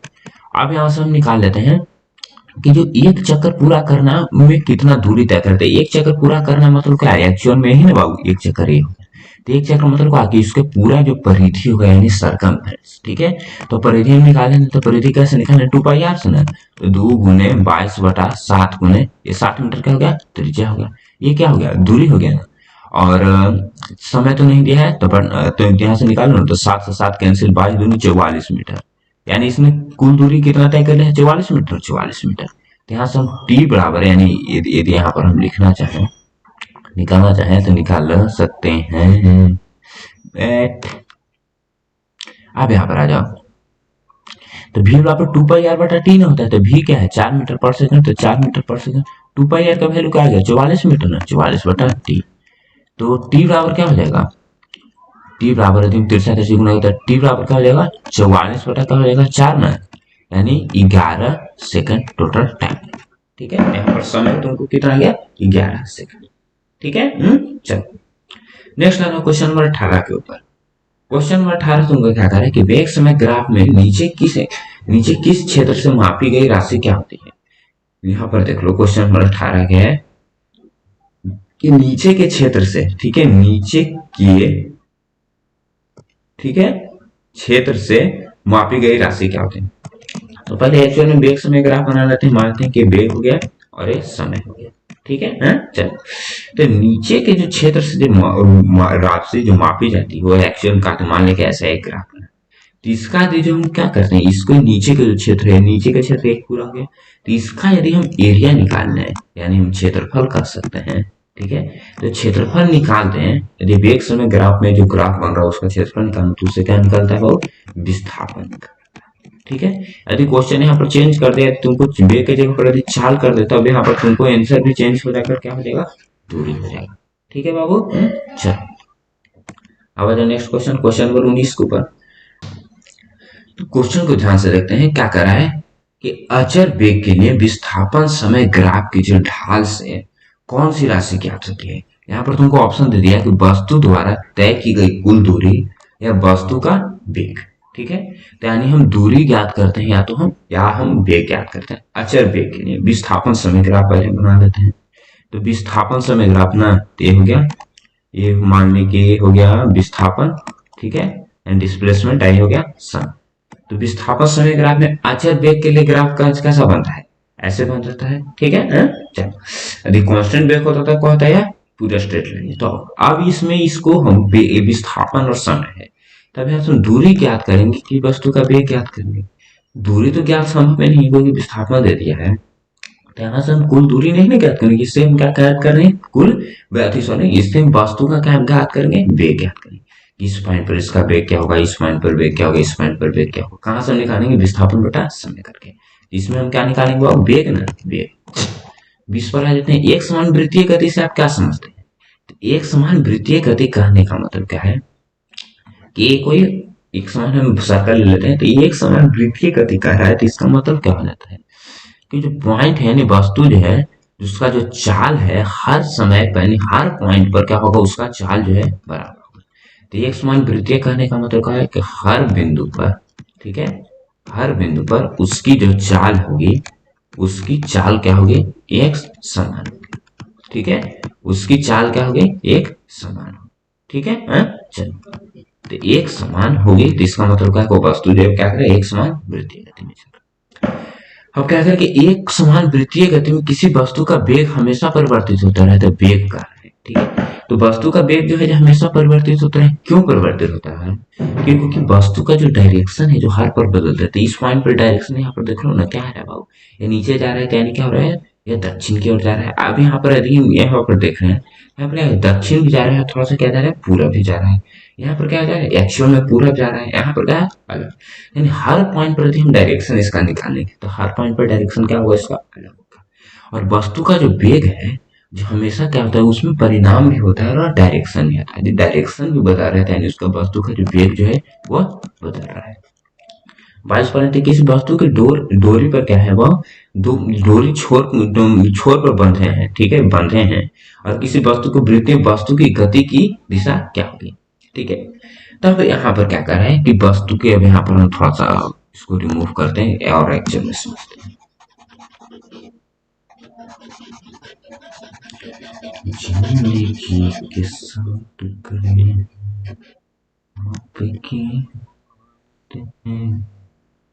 मर के भी हम। चलो, अब क्या करा है कि एक डोरी के छोर पर बंधे। ठीक है, डोरी के छोर पर बंद नहीं है, बंधे। ठीक है, बंधे हैं। किसी वस्तु को विद्युतीय पथ पर, किसी वस्तु को वृत्तीय पथ पर घुमाने पर वस्तु के लिए गति की दिशा क्या होगी। ठीक है, वेग की दिशा नहीं पूछ रहा है तुमको, गति की दिशा पूछ रहा है। तो गति में तो दिशा नहीं होती, दिशा है निकाल रहे हैं, यानी इसका मतलब क्या है कि उसका हम क्या कर रहे हैं, वेग ही ज्ञात कर रहे हैं। ओके, तो अब क्या कर रहा है कि वृत्तीय पथ पर घुमाने पर वस्तु की जो गति की जो दिशा होगी, वह एक्चुअल में क्या होगी। तो इस पॉइंट पर क्या होगा, यदि हम घुमा रहे हैं, तो इस पॉइंट पर क्या होगा, यदि इस पॉइंट पर निकालना चाहें, इस पॉइंट पर क्या हम निकालेंगे, तो इस पॉइंट पर यदि हम निकालना चाहें तो क्या होगा, इस वस्तु पर हम एक ऐसे, यानी थोड़ा सा इस पर हम आ जाते हैं, कलर चेंज कर लेते हैं। अब यहाँ पर आ जाते हैं, इस पॉइंट पर यदि हम निकालना चाहें इसका डायरेक्शन क्या है, तो इस पर हम क्या करेंगे, एक लाइन खींचते हैं। यानी इस लाइन को हम क्या करना है, लाइन के मैथ में पढ़े, इस लाइन को हम क्या करना है, स्पर्श रेखा खींचते हैं। जैसे ही लाइन खींच दें, तो हम इस पॉइंट पर पता चल रहा है ना कि एक वस्तु कहाँ जा रहा है, ऊपर की जा रहा है। कैसे पता चल रहा है, हम इस पर स्पर्श रेखा खींचते हैं, और उसके बाद इस पर भी हम क्या करेंगे, स्पर्श रेखा खींचेंगे। तो उसके बाद फिर हमें पता चल रहा है कि वो वस्तु कहाँ जा रहा है, इस डायरेक्शन में जा रहा है, यानी पूर्व की डायरेक्शन। इस वस्तु पर ही स्पर्श रेखा खींच करेंगे, तो यहाँ पर वस्तु क्या आ रहा है, नीचे की आ रहा है। तो यानी क्या होगा, हम किसी गति की दिशा ज्ञात करने क्या करना पड़ेगा, हम स्पर्श रेखा खींचेंगे, और स्पर्श रेखा में जो भी डायरेक्शन देगा, स्पर्श रेखा खींचना, स्पर्श रेखा खींचने से पता चल रहा है कि ऊपर जा रहा है, ये बाएं जा रहा है, ये दाएं जा रहा है। ठीक है, इसका जो आंसर हो जाए क्या करेगा, स्पर्श रेखीय, ठीक है, उसकी कहते हैं स्पर्श रेखीय, और क्या होता है, सीधी रेखा में होता है, ठीक है। अच्छा, स्पर्श रेखा करता हुआ अब क्या है वह सीधी रेखा, ठीक है। अच्छा, तो उम्मीद करता हूँ तुम सबको अति लघु का जो भी क्वेश्चन था सबको क्लियर हो गया, ठीक है बाबू। अच्छा,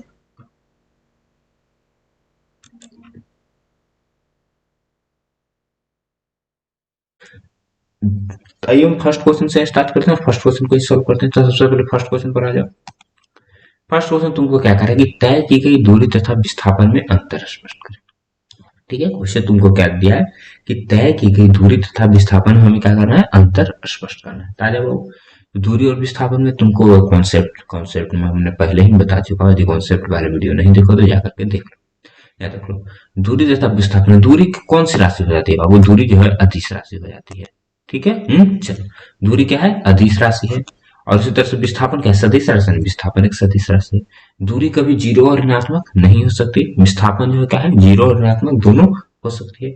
दूरी का सिर्फ परिणाम होता है, दिशा नहीं, इसका परिणाम तथा दिशा दोनों होता है, ठीक है। चलो, तो विस्थापन क्या हो जाता है वो थोड़ा सा हम समझना चाहें तो विस्थापन क्या हो जाता है, एक पॉइंट से, कहाँ गया कर्सर, हाँ, मान लें कि एक कोई बिंदु है, एक बिंदु ए है, ठीक है।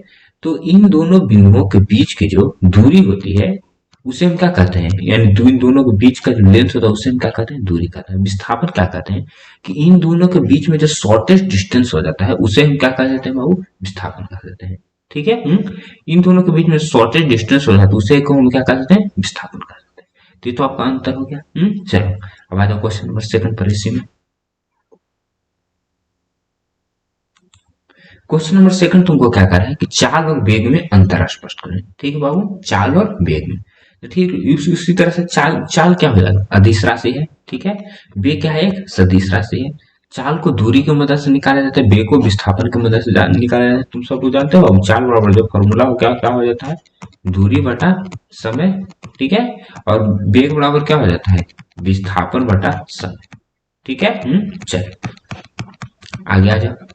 चाल जो है शून्य और ऋणात्मक नहीं हो सकती, मगर वेग क्या है, शून्य और ऋणात्मक दोनों हो सकती है, ठीक है। क्योंकि इसका रीजन क्या हो जाएगा, क्योंकि चाल में दूरी क्या होता है बाबू, पिछले स्लाइड में हमने देखा था कि दूरी जो है क्या होता है, कभी भी जीरो या ऋणात्मक नहीं हो सकती, मगर विस्थापन क्या है, जीरो और ऋणात्मक दोनों हो सकती है, ठीक है। चलो, अब आ जाओ क्वेश्चन नंबर थर्ड के ऊपर। क्वेश्चन नंबर थर्ड क्या करे कि धावक की चाल जो है जो 25 किलोमीटर पर आवर है, पर साइकिल सवार की जो चाल है 5 मीटर पर सेकंड, तो इन चाल को घटते हुए क्रम में लिखना, ठीक है। तो पहले देख लेते कि इसके अंक पर मत जाना कि 25 है और 5 है तो 25 वाला बड़ा होगा, ठीक है। तो दोनों की यूनिट पर जाना, ये इसका यूनिट क्या है, किलोमीटर पर आवर है ना, इसका यूनिट क्या है, मीटर पर सेकंड में ना, मीटर पर सेकंड। तो तुमको मैंने बताया था बाबू कि किलोमीटर पर आवर से यदि मीटर पर सेकंड में चेंज करना है तो क्या करना पड़ता है, 5/18 से हमें गुना करना पड़ता है। ये क्यों करते हैं उसको देख लो बाबू, किसको चेंज करना है, किलोमीटर पर आवर को किस में चेंज करना है, मीटर पर सेकंड में, मीटर पर सेकंड में, ठीक है। चलो, तो किलोमीटर में, 1 किलोमीटर में कितना मीटर हो जाता है, 1000, तो 1000 हो जाएगा। और 1 आवर में कितना सेकंड हो जाता है, 3600 सेकंड होता है, 3600 देख लो, 2 जीरो से 2 जीरो खत्म हो गया, ये 5 हो गया, ये 18 हो गया, यहीं से 5/18 आ जाता, ठीक है। चलो, तो 5/18, तो 25 गुना 5/18 कर दोगे तो क्या हो जाएगा, कट रहा है नहीं ना, यानी क्या हो जाएगा भाई मेरे, क्या हो जाएगा, 125 बटा क्या हो जाएगा, या 18 हो जाएगा, ठीक है। इतना मीटर पर सेकंड, 18 से इसको भागा दे दोगे तो क्या हो जाएगा, 18×5 = 90, और 18 छक्का क्या हो जाता है, अठोतल से ना, 18 छक्का अठोतल से हो जाएगा, और 17 ना 18 नंबर, यानी 6.9 मीटर पर सेकंड आ रहा है, ठीक है। तो धावक की चाल क्या है, 6.9 मीटर पर सेकंड, तो किसका चाल ज्यादा हो जाएगा, तो धावक की चाल जो है क्या हो जाएगा, ज्यादा हो जाएगा, किसके अपेक्षा, साइकिल सवार पर, ठीक है ना, साइकिल सवार से, ठीक है। ये क्या हो जाएगा, ज्यादा, ठीक है, ये क्या हो जाएगा, कम, ओके। चलो, अब आ जाओ नेक्स्ट क्वेश्चन। नेक्स्ट क्वेश्चन क्या कर रहा है, तुमसे पूछ रहा है कि एक समान त्वरण क्या है, ठीक है। क्वेश्चन क्या है कि एक समान त्वरण क्या है। तो एक समान त्वरण हम किसे कहते हैं कि जब किसी वस्तु के वेलोसिटी में बराबर समय अंतराल में यदि बराबर वेग परिवर्तन होता हो तो उससे हम क्या कहते हैं, उस त्वरण को हम क्या कहते हैं, एक समान त्वरण कहते हैं। ठीक है, उस त्वरण को हम क्या कहते हैं, एक समान त्वरण कहा जाता है। जैसे समझ जाओ, मान लीजिए हम दे दिए कि ये हो गया 10 मीटर पर सेकंड। ठीक है, मान लीजिए फर्स्ट सेकंड में इसका वेग है 10 मीटर पर सेकंड और दूसरे सेकंड में इसका वेग क्या है, 20 मीटर पर सेकंड। ठीक है, चलो, और तीसरे सेकंड में इसका वेग क्या है, 30 मीटर पर सेकंड। ठीक है, और चौथे सेकंड में इसका वेग है 40 मीटर पर सेकंड। ओके, चलो, तो यहाँ देखो ना, 1 से 2 सेकंड के बीच में इसका क्या हो जाएगा, कितना वेग में परिवर्तन हो रहा है, 10 मीटर पर सेकंड का। 10 मीटर पर सेकंड, समय एक ही सेकंड का। इसमें भी 1 सेकंड का समय, इसमें भी क्या हो रहा है, 10 मीटर पर सेकंड का, इसमें भी 10 मीटर। यहाँ भी 21 सेकंड है और इसमें भी परिवर्तन कितना हो रहा है, 10 मीटर पर सेकंड का, 10 मीटर पर। तो यहाँ देख लो क्या कर रहे हैं कि बराबर समय अंतराल में, देख लो तो हर जगह 1 सेकंड आ रहा है कि नहीं, तो बराबर समय, बराबर वेग परिवर्तन हो रहा है, 10 मीटर पर सेकंड, 10 मीटर पर सेकंड, 10 मीटर पर सेकंड। तो उस त्वरण को हम क्या कहते हैं, एक समान त्वरण कहते हैं। ठीक है, आगे आ जाओ। नेक्स्ट क्वेश्चन क्या करें, किसी वस्तु की जो है प्रारंभिक चाल जो है कितना है, 24 सेंटीमीटर पर सेकंड है। ठीक है, और इसका जो त्वरण है कितना है, -4 सेंटीमीटर पर सेकंड स्क्वायर है। तो रुकने से पहले वस्तु द्वारा तय की गई दूरी हमें क्या करना है, ज्ञात करना है। ओके, प्रारंभिक चाल यानी यू तुमको दे दिया है कितना, 24 सेंटीमीटर पर सेकंड। ये क्या वैल्यू कितना दे दिया है, -4 मीटर पर सेकंड स्क्वायर। तुमसे क्या कह रहा है कि रुकने से पहले ना, तो रुक जब रहेगा तो रुकने के समय क्या रहेगा, उसका वेग क्या हो जाएगा, 0 ना, तो v बराबर हो गया 0 मीटर पर सेकंड मान लेते हैं। तो तय की गई दूरी यानी हमें s निकालना है। तो s हम क्या निकालने का एक फॉर्मूला होता है, मोशन में क्या हो जाता है, v स्क्वायर बराबर u स्क्वायर प्लस 2as। ठीक है, v का वैल्यू 0 ना है, 0 हो गया।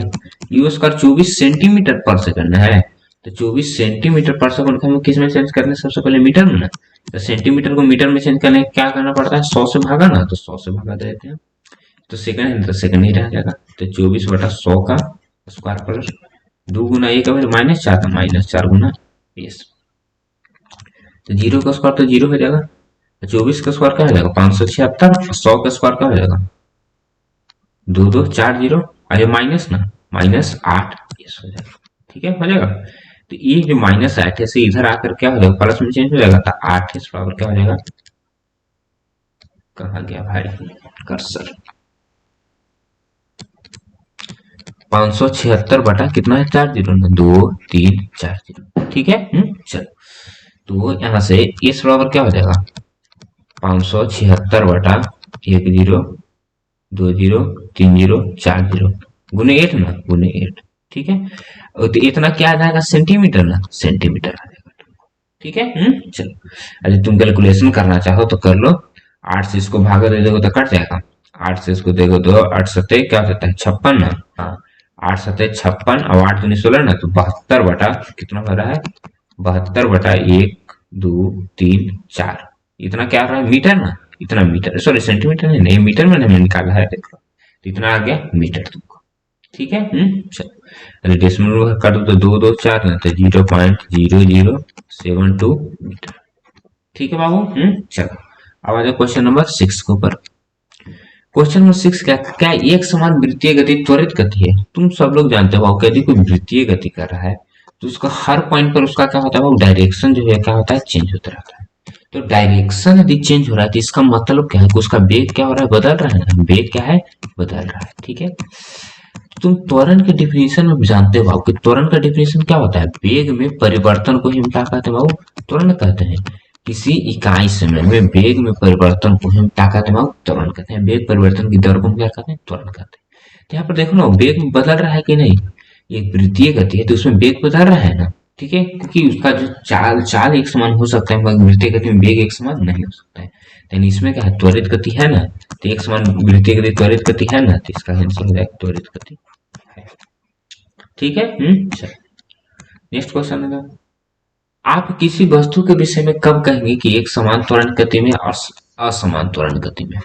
ठीक है, तो एक समान त्वरण की गति में क्या है बाबू, जब मान लिया जाए बाबू कि कोई है, जो कोई गाड़ी है, ठीक है, चलो, तो कोई गाड़ी जो है मान लिया कि वह 20 मीटर पर सेकंड से क्या कर रहा है, वह मूव कर रहा है। ठीक है, और हर सेकंड में 20 मीटर पर सेकंड से क्या चल रहा है, और हर सेकंड में जो उसका वेग है 2 मीटर पर सेकंड बढ़ते जा रहा है। ठीक है, मान लिया जाए कि पहला 0 सेकंड पर 20 मीटर, यानी अगला सेकंड इसका वेग बढ़ के क्या हो जाएगा 22 मीटर पर सेकंड। फिर इसके अगला में 2 मीटर बढ़ते जा रहा है 24 मीटर, फिर अगला में क्या हो जाएगा 26 मीटर पर सेकंड। ठीक है, तो इसको हम क्या कहें कि वह जो वस्तु है जो क्या है एक समान त्वरण की गति। ठीक है, अब तुमसे नेक्स्ट कर रहा है कि असमान त्वरण की गति में कौन होगा। असमान त्वरण में क्या हो जाएगा, मान लीजिए कि 20 से चल रहा है और उसके अगला सेकंड में जो वेग है 20 से 30 में भी चल रहा है, अगला सेकंड में जो उसका वेग है कितना से बढ़ रहा है 3 मीटर पर सेकंड का, तो 23 मीटर पर सेकंड। ठीक है, फिर अगला सेकंड में मान लिया जाए कि इसका जो वेग है वो कितना से बढ़ रहा है, इसका जो वेग है बढ़ रहा है मान लीजिए अगला सेकंड में 4 मीटर पर सेकंड। ठीक है, तो अगला सेकंड में 4 में, तो 30 और 4 क्या हो जाएगा 27 ना, तो 27 मीटर पर सेकंड हो जाएगा। ठीक है, इधर शायद फेस हो रहा है 27 इधर लिख सकता हूँ। ठीक है, क्या हो गया 27 मीटर पर सेकंड। ठीक है, और मान लिया जाए कि इसके बाद फिर से यदि हम अगला में जाए, मान लीजिए कि अगला में 5 मीटर पर सेकंड से काट रहा है, तो अगला बार क्या हो जाएगा 32 मीटर पर सेकंड है। तो देखो तो हर सेकंड में क्या हो रहा है, उसका वेग चेंज हो रहा है कि नहीं, हर सेकंड वेग चेंज हो रहा है मगर क्या त्वरण भी नहीं चेंज हो रहा है, तो उस कंडीशन को हम क्या कहते हैं वो असमान। तो फर्स्ट वाला एग्जांपल हो गया एक समान त्वरण, जो सेकंड वाला एग्जांपल में क्या हो गया असमान। ठीक है, नेक्स्ट आ जाओ, निम्नलिखित में से कौन सी अवस्थाएं हैं जो और प्रत्येक के लिए क्या करा है उदाहरण दे। कोई वस्तु जिसका त्वरण नियत हो परंतु वेलोसिटी क्या है उसका जीरो। क्वेश्चन ध्यान से सुनो, क्या कर रहा है कि जिसका त्वरण जो है क्या है कांस्टेंट हो, वेलोसिटी क्या है जीरो हो। अब यार देखो बाबू, मान लीजिए कि नीचे से हम कोई गेंद को ऊपर फेंकते हैं। ठीक है, क्या कर रहे हैं नीचे से कोई गेंद को ऊपर फेंकते हैं, तो किसी न किसी पॉइंट पर क्या हो जाएगा इसका वेग क्या होगा गेंद का जीरो होगा ना। ठीक है, किसी न किसी पॉइंट पर तो वेग इसका जीरो हो गया था, यहाँ भी क्या आ गया जीरो, मगर त्वरण हर पॉइंट पर इसका क्या लगता जाएगा -10 मीटर पर सेकंड स्क्वायर का त्वरण लग रहा है कि नहीं, -10 का है तो -9.8 का, क्योंकि नीचे से हम ऊपर फेंक रहे हैं ना। तो यहाँ पर देख लो वेग तो त्वरण कांस्टेंट हो गया, वेलोसिटी जीरो हो गया ना। आ गया, अब क्या करा कि कोई वस्तु किसी निश्चित दिशा में गति कर रही है तथा उसका त्वरण जो है जो उसके लंबवत है। ठीक है, मान लिया जाए कि कोई वस्तु जो है एक निश्चित दिशा में गति कर रही है। ठीक है, और उसका त्वरण जो है जिसका क्या है उसके लंबवत है। तो एक सर्कुलर मोशन ही ले लो।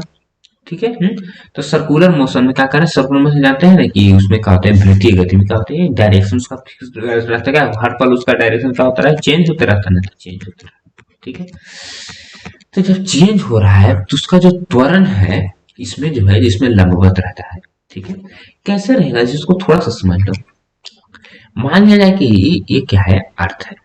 ठीक है, और मून जो है जो अर्थ के चारों, समझ लो कि ये अर्थ है मून जो है जिसके चारों चक्कर लगा रहा है। ठीक है, तो यदि हम चक्कर लगा रहे हैं तो यहाँ पर देखो इस पॉइंट पर यदि हम निकालना चाहें तो इस पॉइंट पर क्या हो जाएगा, ये ऐसे मूव कर रहा है, ये ऐसे मूव कर रहा है। ठीक है, तो क्या होगा इस पॉइंट पर यदि दोनों के बीच का हम निकालेंगे एंगल तो क्या हो जाएगा 90 डिग्री।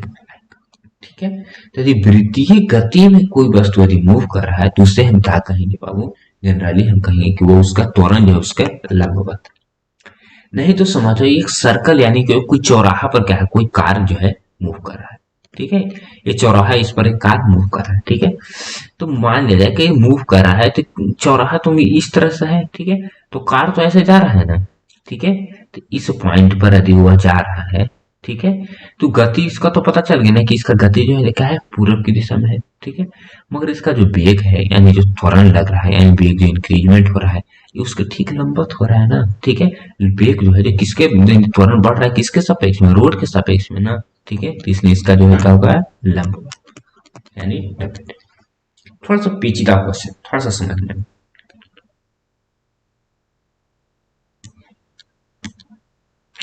अब आ जाओ क्वेश्चन नंबर 9 के ऊपर। क्वेश्चन नंबर 9 में क्या कर रहा है कि खिलौना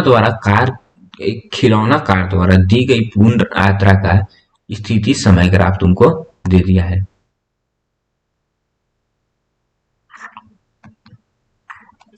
स्थिति समय ग्राफ कितना मिले, किन अवधियों के बीच जो है कार सबसे तेज चल रही है और किस अवधि में कार रुकी हुई है। तो यहाँ पर देख लो तो कार सबसे तेज कहाँ पे चल रही है, इस पॉइंट पर है जो कार का जो स्पीड का है 30 किलोमीटर पर आवर है, इस पॉइंट पर क्या है 30 किलोमीटर पर आवर। ठीक है, तो क्या करें कि किन अवधियों के बीच कार सबसे तेज चल रही है। तो यहाँ पर देखो 2 और 4 के बीच में क्या हो जाएगा 3 हो जाएगा ना, ये तो 8 हो गया। तो यानी यहाँ से क्या हो जाएगा 3 घंटा से लेकर के 8 घंटा के बीच में कार जो है सबसे तेज चल रही है, देख रहे हो ना, 3 घंटा से लेकर के 8 ही घंटा के बीच में ना कार जो है सबसे तेज चल रही है। कितना का स्पीड से चल रही है car? 30 kilometre per hour. 30 kilometre per hour. किस अवधि में जो पूछ रहा है कि कार रुकी है, तो कार रुकी हुई है कौन में भाव? इस पॉइंट पर आकर कार रुकी है, यानी 12वां घंटा पर क्या है, कार जो है रुका हुआ है। ठीक है, क्या है, 12वां घंटा पर कार क्या है, रुका है। ठीक है, और इस पॉइंट पर भी कार रुका हुआ है ना, यानी स्टार्टिंग में भी कार क्या है, रुका हुआ है। ठीक है, तो ये भी हम कह सकते हैं कि 0 आवर पर भी कार क्या है, रुका हुआ है। ठीक है बाबू, चल। और इसमें क्वेश्चन था शायद, थोड़ा सा एक सेकंड में चेक कर लेता हूँ इसमें कोई और क्वेश्चन क्या था।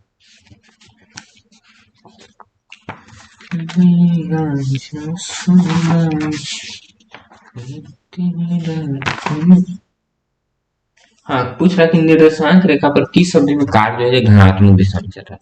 तो धनात्मक दिशा में कहाँ पर चल रहा है बाबू, यहाँ पर देख लो तो,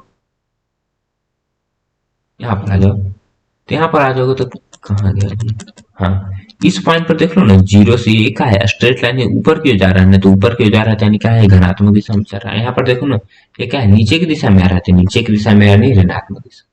तो 0 से 3 घंटा के बीच में, यानी 0 से 3 आवर में कार जो है क्या चल रहा है, प्लस भी यानी धनात्मक की दिशा में। और 8 से 12 के आवर के बीच में, 8 से 12 आवर के बीच में क्या है, कार जो है क्या है, निगेटिव। ठीक है, चल नेक्स्ट आ जाओ। क्वेश्चन नंबर 10 में तुमको क्या कह रहा है कि ए और बी का गति का दूरी समय ग्राफ दे दिया का, दोनों में किस ग्राफ की ढाल अधिक है। ठीक है, और किस समय पर वस्तु ए वस्तु बी से आगे कौन वस्तु तेज चल रही है, कौन कौन क्या क्या। तो तुमको बाबू शायद एनसीईआरटी में शायद मैंने बताया कि जो भी वस्तु है जितना खड़ा रहेगा उतना ही उसका चाल जो है ज्यादा ज्यादा रहता है। ठीक है, तीन दोनों में खड़ा तुमको कौन लग रहा है, ध्यान से देखो, तो खड़ा तुमको कौन लग रहा है, ये ज्यादा खड़ा है ना, ये जो लाइन गया है, कहाँ गया ये कर्सर, यहाँ पर देख लो ना बाबू, ये जो है जो लाइन क्या है, ज्यादा खड़ा है, देख लो, और ये जो लाइन जो क्या है, कुछ ज्यादा बड़ा नजर आ रहा है। ठीक है, तो सबसे तेज कौन सा है, जो ज्यादा खड़ा है तो वही तेज चलता है, यानी ये ज्यादा खड़ा है ना, तो ये जो है क्या है, तेज चल रहा है। ठीक है, चलो, तो पूछ रहा है कि किस समय पर वस्तु ए वस्तु बी से आगे निकल जाएगी। तो कौन समय पर वस्तु ए निकल रही है आगे, देख लो ना, यहाँ पर इस पॉइंट से क्या है, वस्तु ये जो है जो इससे छोड़कर के आगे निकल रही थी, इस वस्तु यानी क्या हो जाएगा, 40वां सेकंड में। तो 40वां सेकंड में जो है ए जो है बी से क्या हो रहा है, आगे निकल जा रहा है, बी जो है बी से क्या हो रहा है, आगे निकल रहा है। ठीक है, किस स्थिति में दोनों वस्तुएं मिल रही है, तो दोनों वस्तुएं 40वें सेकंड पर नहीं मिल रही बाबू, तो 40वां सेकंड पर दोनों वस्तुएं कहाँ रही, मिल रहा है। ठीक है, चलिए, कह रहा है कि 10 सेकंड और 50 सेकंड पर उनकी स्थिति क्या है। तो 10 सेकंड पर क्या है, यहाँ पर हम वस्तु ए के लिए आ जाते हैं, वस्तु ए का,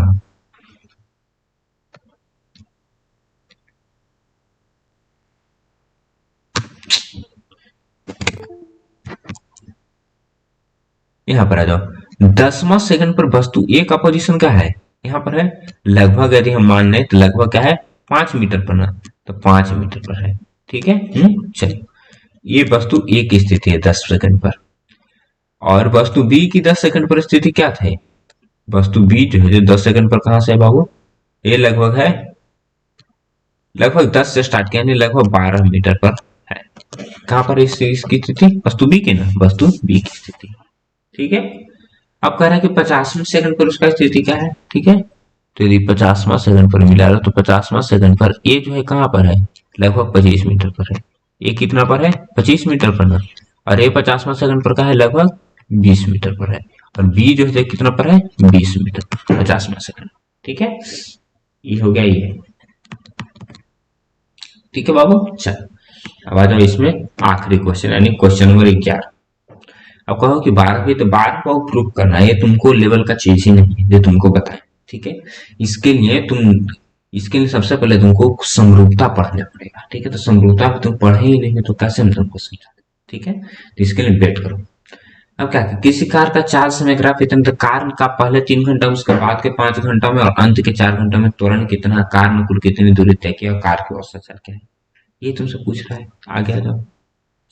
तो क्या कर रहा है, कार का औसत चाल इन है, यहाँ पर आ जाओ। कार का चाल समय ग्राफ दे दिया, तो यहाँ पर देख लो ना, तो ये 0 से 3 के बीच में पूछ रहा है, तो कार का पहले 3 घंटा में क्या हुआ, तो कार का पहले 3 घंटा पर हम आ जाते हैं, तो क्या हो जाएगा, इसका यू क्या है, 0 से स्टार्ट हो रहा है ना, तो 0 किलोमीटर पर आवर, और भी कहाँ तक पहुंच रहा है, 30 किलोमीटर पर आवर ना, 30 किलोमीटर पर आवर। ठीक है, तो यहाँ से हमें ए फाइंड आउट करना है। तो ये बराबर क्या होता है, v माइनस यू बटा टी ना, 30 - 0 बटा टी। टी कितना लग रहा है, 3 घंटा करना था, 3 घंटा, यानी क्या हो जाएगा, 10 किलोमीटर पर आवर स्क्वायर आ गया। ठीक है, क्या आ गया, 10 किलोमीटर पर आवर स्क्वायर। ठीक है,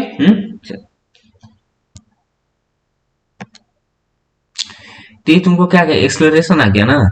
अब तुमको क्या कर रहा है कि उसके बाद के 5 घंटा में, तो 3 से लेकर के 8 के बीच में इसका त्वरण क्या है, इसका देख लो तो बाबू, यू भी इसका क्या है, 30 ही है ना, देख लो ना, यू भी 30 ही है, ये यू हो गया, और भी क्या है, 30 ही ना। तो यू और भी यदि दोनों बराबर है, यदि किसी भी वस्तु का प्रारंभिक चाल और अंतिम चाल दोनों यदि बराबर है, तो वो जो वस्तु है, और तो क्या होता है, उसके त्वरण जो है, जो क्या हो जाता है, जीरो त्वरण होता है। ठीक है, नहीं तो हम ग्राफ से भी देख रहे हैं, एक ग्राफ में क्या है कि सीधे एक स्ट्रेट लाइन में जा रहा है, तो स्ट्रेट लाइन जा रहा है, ये ना तो खड़ा है ना तो पड़ा है, तो स्ट्रेट लाइन यानी सीधी रेखा में यदि चाल समय ग्राफ चलती है, तो उसे भी क्या कहते हैं, जीरो। ठीक है, तो कह रहा है कि कार ने कुल कितनी दूरी तय की, और कार की औसत चाल ज्ञात करना था, कार ने कुल कितनी दूरी तय की, तो हमें क्या निकालना है, 0 से लेकर के 12 तक के ना, तो 0 से 12 तक लेकर के दूरी निकालना, तो इसको 3 भागों में बांटना पड़ेगा। पहले तो हम 0 से 3 पर निकालेंगे, फिर 3 से 8 पर निकालेंगे, फिर 8 से 12, तो हम तो 8 से 12 तक का त्वरण कितना होगा, उससे पहले निकालना, तो 8 पर यू कितना है, 30 kilometre per hour, 30 kilometre per hour. अब भी इसका क्या हो जाएगा, जीरो ना, 0 किलोमीटर पर आवर। ये बराबर अगेन v माइनस यू बटा टी ना, तो 0 - 30 बटा टी कितना, 8 से 12 के बीच 4 घंटा ना, 4 घंटा। ठीक है, यानी क्या हो जाएगा, -30/4 किलोमीटर पर आवर स्क्वायर। ठीक है, तो हम सबका त्वरण निकाल लो, तो सबसे पहले यहाँ पर चलो एस बराबर यूटी प्लस हाफ है टी स्क्वायर सकते, एस बराबर यूटी, यानी 30 × टी कितना है, 4 ना, प्लस हाफ है टी स्क्वायर, तो ए का वैल्यू माइनस में ना है, तो माइनस डायरेक्ट हम लिख लेते हैं, -1/2 ए का वैल्यू कितना है, 30/4 ना, 30/4 गुना टी स्क्वायर ना, टी कितना है, 4 ना, तो यहाँ पर लिख दो बाबू, लिख दो ना, 16। ठीक है, तो 4 से 4 मरतबे कट गया, ये 2 से 2 मरतबे कट गया, तो 30 को क्या हो जाएगा, 120 - 30 दूनी 60 ना, यानी 60 किलोमीटर। ठीक है, चलो, यानी 8 से 12 के बीच में इसने 60 किलोमीटर की दूरी तय की। और 0 से 3 के बीच में क्या हो जाएगा, उसका निकालो, तो ए का वैल्यू तुम्हें पता है ना, तो S probability plus half at square से, तो यूज का वैल्यू 0 है ना, टाइम कितना लग रहा है, 3 घंटा का ना, तो 0 हो जाएगा हाफ। ए का वैल्यू 10 ना है, टी का वैल्यू 3 ना, तो 3 × 3, ये 2 से 5 मरतब 15, 15 से 45, तो एस का वैल्यू यहाँ से आ गया क्या, 45 किलोमीटर। ठीक है, तो ये जो पार्ट है इसमें कितना आ गया, 45 किलोमीटर, 45 किलोमीटर।